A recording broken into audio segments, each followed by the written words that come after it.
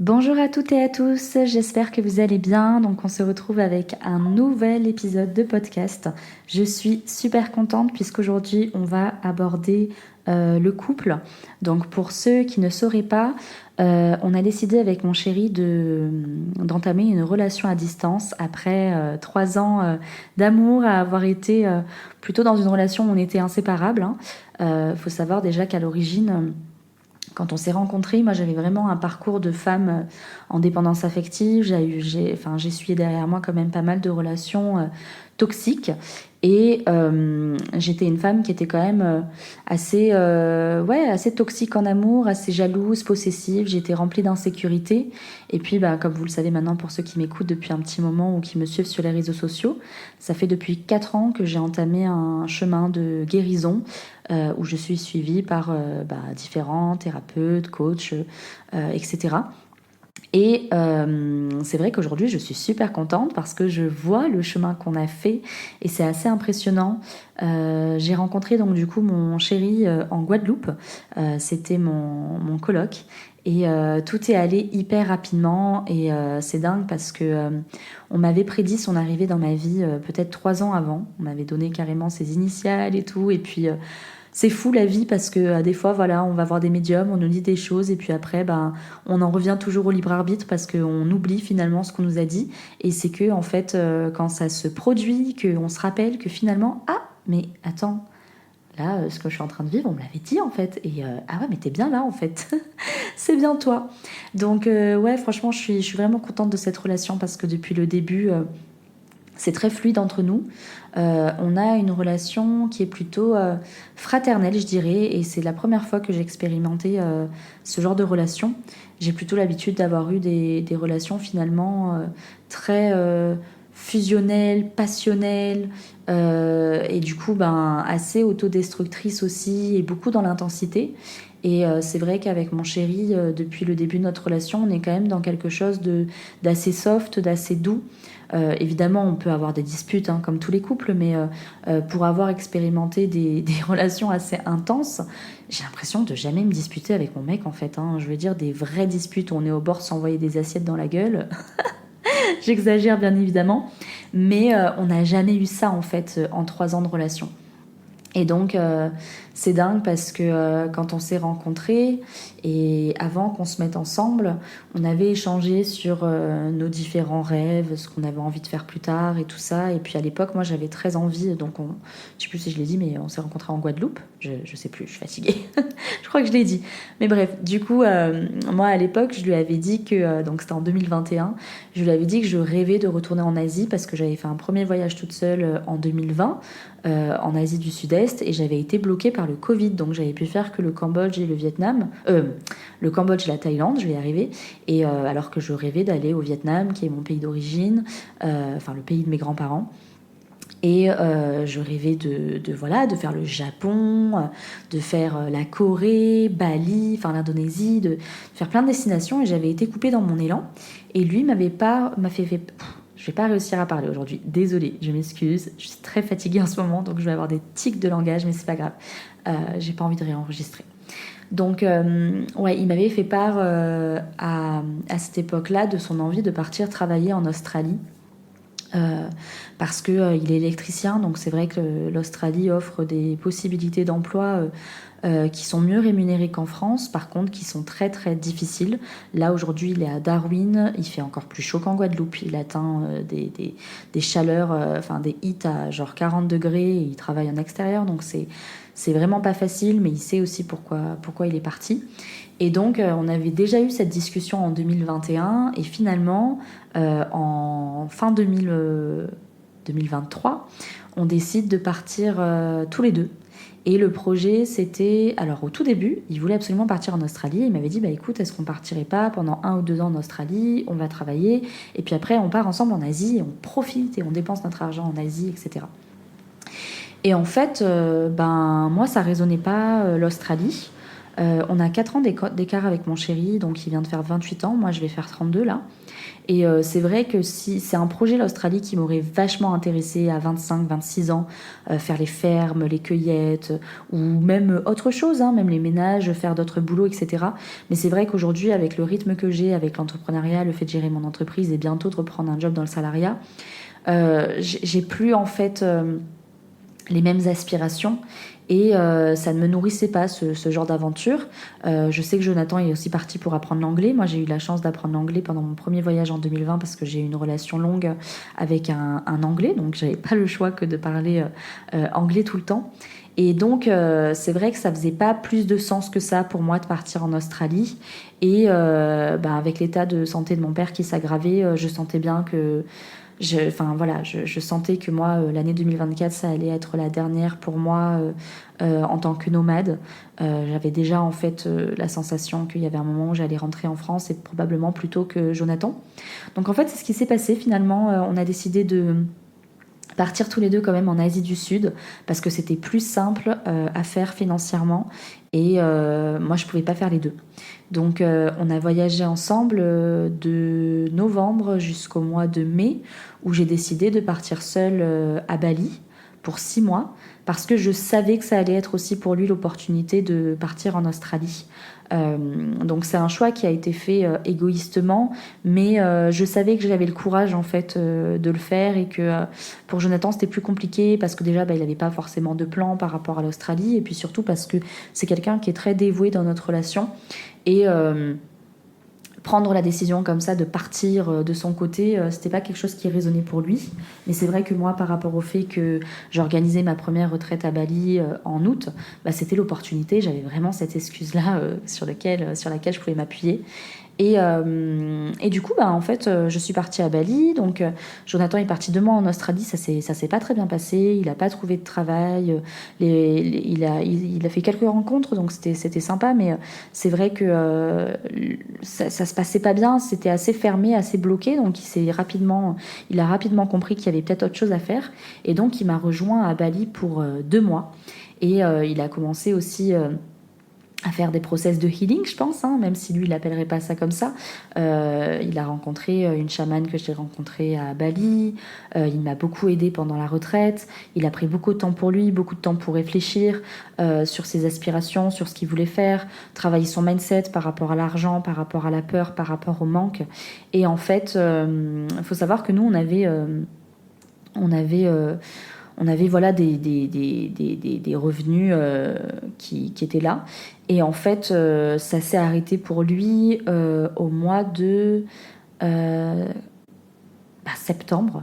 Je crois que c'était septembre. Et donc, quand il est reparti en Australie, il est vraiment parti avec un mindset all-in. C'est-à-dire, là, en fait, je pars et j'ai plus le choix. Il me reste 1 500 € sur mon compte. C'est soit je trouve un taf, soit je rentre en France. Et en fait, il était en paix avec ça. Et parce qu'il était en paix, quand il est rentré, tout s'est super bien passé. Donc il est parti finalement, la première fois il est parti à Perth, là il est parti à Darwin.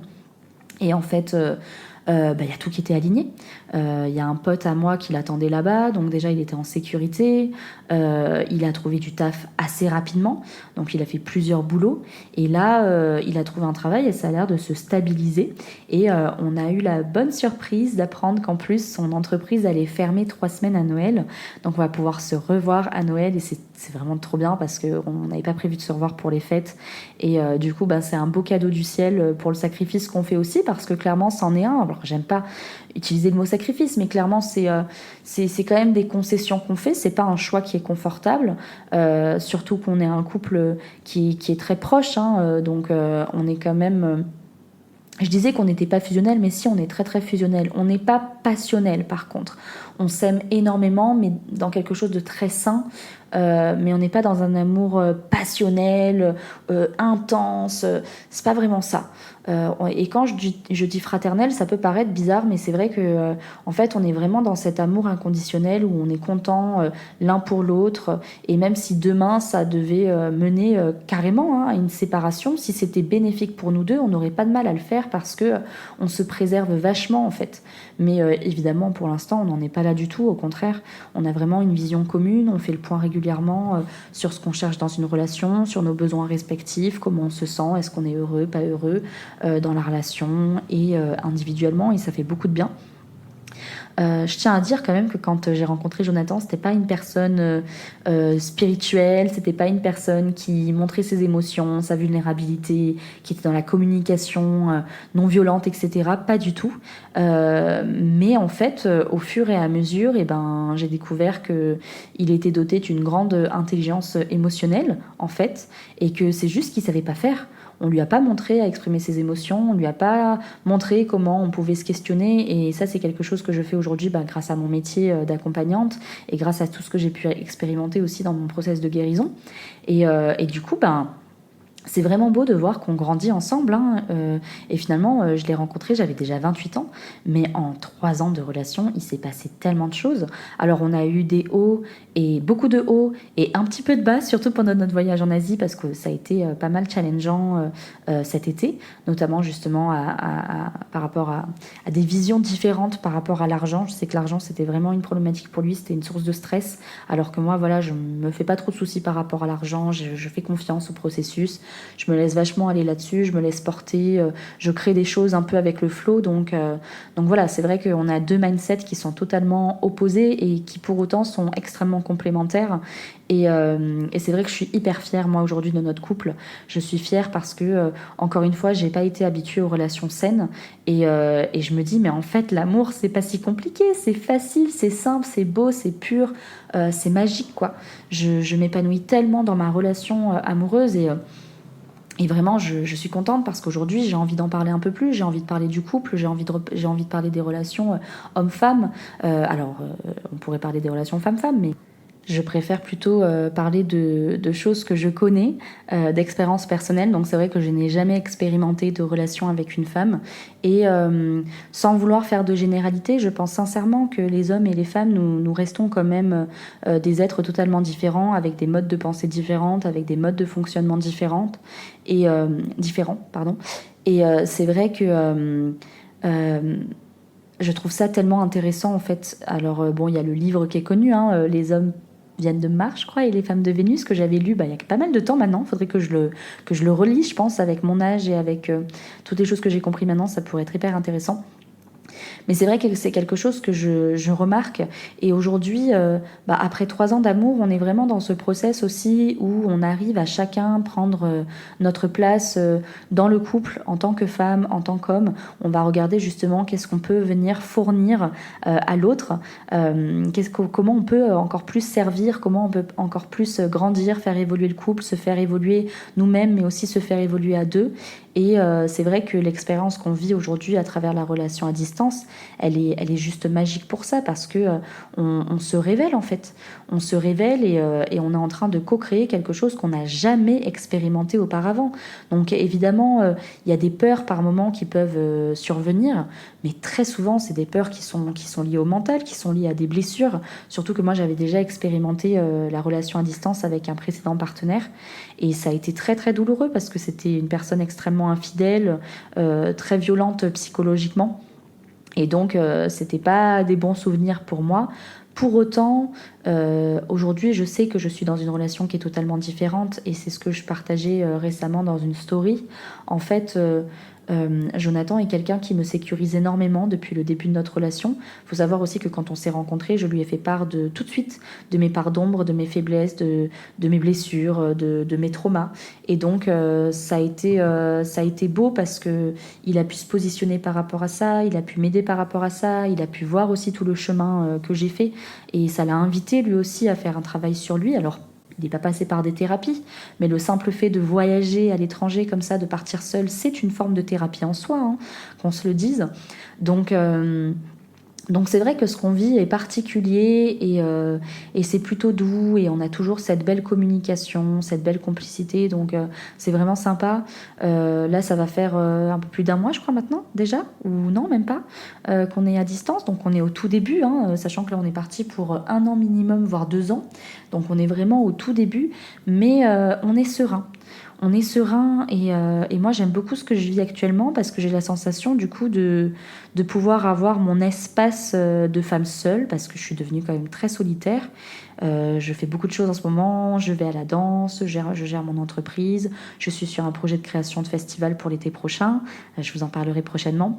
Et du coup j'ai tout l'espace pour le faire parce que c'est vrai que quand Jonathan était là, je culpabilisais un peu parce que voilà, j'avais envie d'être avec lui et quand j'avais envie d'être, enfin quand je passais du temps avec lui de qualité, ben, je pensais aussi beaucoup au boulot donc j'avais du mal je pouvais pas me diviser donc c'était compliqué pour moi.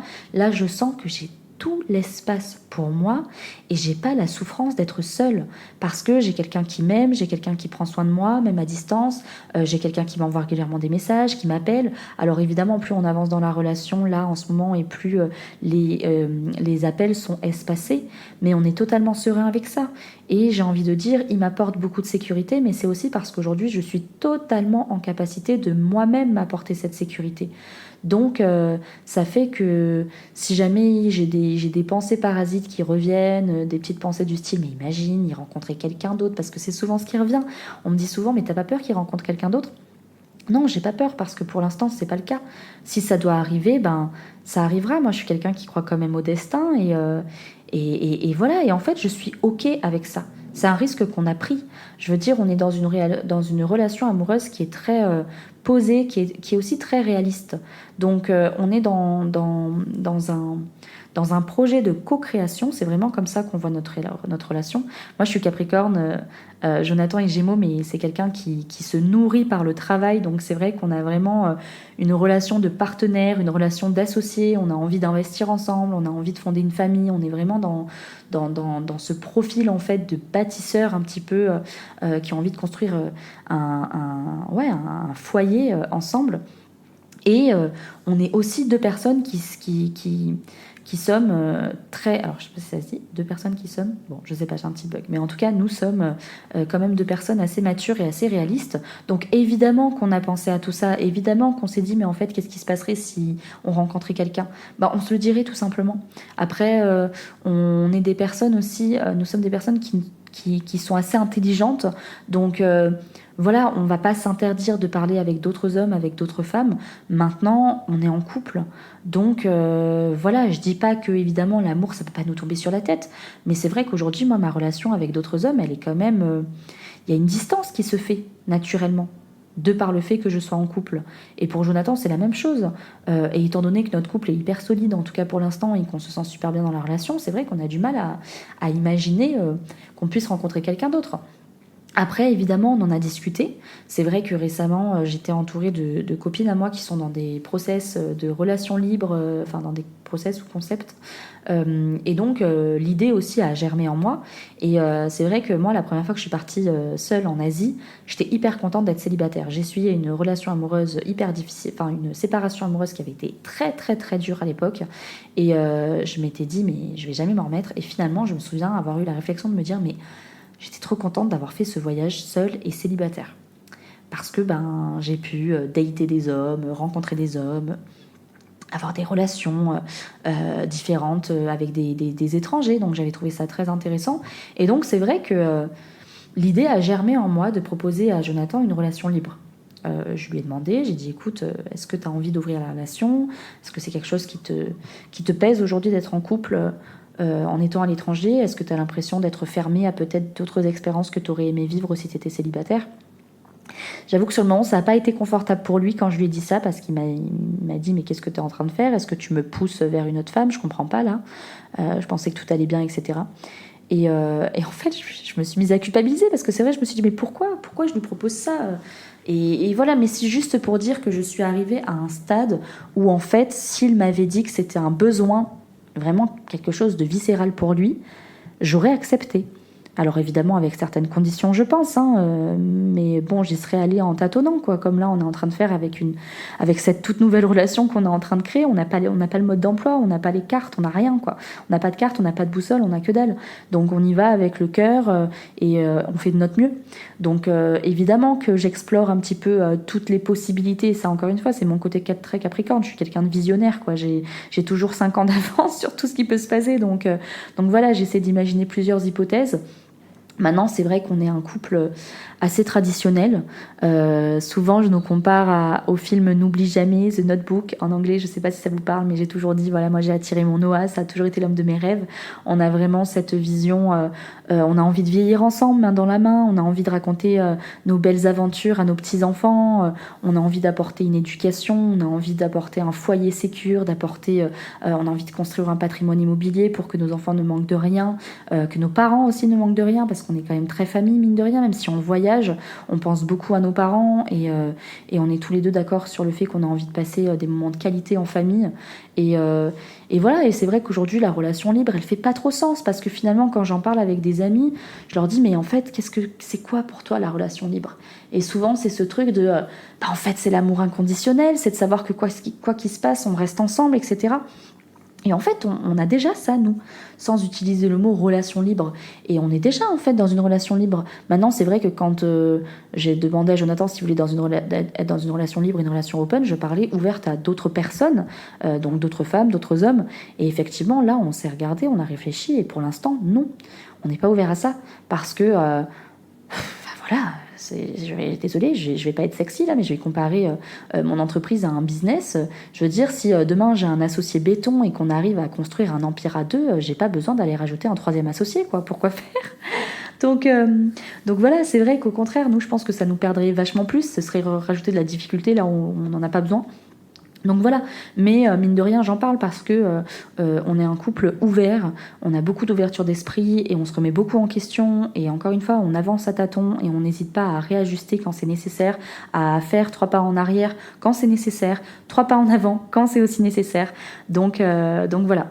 Mais en tout cas, je suis contente de vous partager aussi cette expérience de vie sur les réseaux sociaux, sur mon compte Les Perséphones, qui de base est plutôt tourné vers les femmes, parce que aujourd'hui, je pense sincèrement que on a besoin de se réconcilier avec les hommes, on a besoin de réapprendre à faire confiance aux hommes, on a besoin de leur montrer nos parts de vulnérabilité, de leur apprendre aussi justement à nous rassurer, à nous prendre par la main. Moi, je vois beaucoup de comptes, des fois très tranchés, de femmes qui vont nous dire ouais, on n'est pas là pour éduquer les mecs, on n'est pas là pour tout leur dire, pour ci, pour ça, mais en fait, si, peut-être, on est aussi là pour leur montrer une nouvelle voie, on est là pour leur apprendre certaines choses. Je pense sincèrement que eux aussi, ils n'ont pas le mode emploi.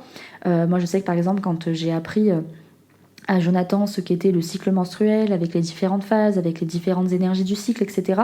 Ça l'a beaucoup aidé, ça a été une révélation totale pour lui, mais vraiment. Et dans sa relation avec moi, mais aussi dans sa relation avec sa mère, par exemple. Et c'est des choses auxquelles on pense pas, mais c'est d'utilité publique, quoi. Et il y a plein de choses comme ça.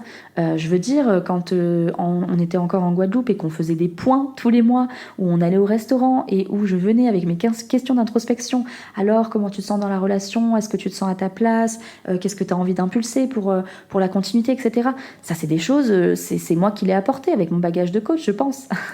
mais je veux dire, si je m'en étais privée, on n'en serait peut-être pas là aujourd'hui. Donc c'est dommage en fait de retomber dans des relations avec des jeux de pouvoir, des trucs hyper centrés, auto-centrés. C'est trop dommage en fait, parce que voilà, je sais qu'il y a tout un truc aujourd'hui autour de ça. Ouais, on est des femmes libres, indépendantes. Moi, je veux le traitement de princesse parce que je suis une femme high standard, etc. Bien sûr, l'un n'empêche pas l'autre. Moi aussi, j'ai mes standards. Mais en fait, on peut aussi s'apporter tous ces hauts standards à nous, s'apporter ce traitement de princesse pour justement montrer à l'autre comment on fait, comment on s'apporte cet amour inconditionnel à soi, comment on s'apporte ces belles choses, comment on se gâte, comment on s'écoute, etc. Pour qu'en effet miroir, l'autre puisse aussi déjà s'apporter ça pour lui-même et être en capacité ensuite de nous apporter ça à nous. Et j'aimerais faire une petite parenthèse. Alors je ne sais pas si je l'expliquerai aussi bien que ma chamane, mais elle m'a expliqué quelque chose de très très important aujourd'hui que j'aimerais partager avec vous, parce que je l'ai partagé avec mes DS récemment, donc les DS que j'accompagne en mentoring. Et elle m'expliquait qu'en fait, donc en tant qu'être humain, on vient tous avec un canal. Donc on a le canal ancestral qui nous rattache à tous nos ancêtres, et on a le canal qui nous lie au cosmos, à l'univers, à Dieu, comme vous voulez l'appeler. Et en fait, les femmes, nous avons un troisième canal qui nous vient de notre utérus. Et les hommes n'ont pas ce troisième canal, parce que le troisième canal qui leur est réservé, finalement, c'est la femme. Et quand on comprend ça, on comprend beaucoup de choses. Parce que finalement, l'homme va se greffer à notre canal énergétique et donc lui ne va pas fournir d'énergie. Par contre, il va être en capacité de nous fournir de l'amour, de la tendresse, un toit sur la tête, nous ramener de l'argent, nous rapporter sécurité. Enfin voilà, vu qu'il va être beaucoup plus tourné vers l'extérieur, vers l'action, etc. Alors que nous, on va être plutôt tourné vers l'intérieur, ça prend tout son sens en fait.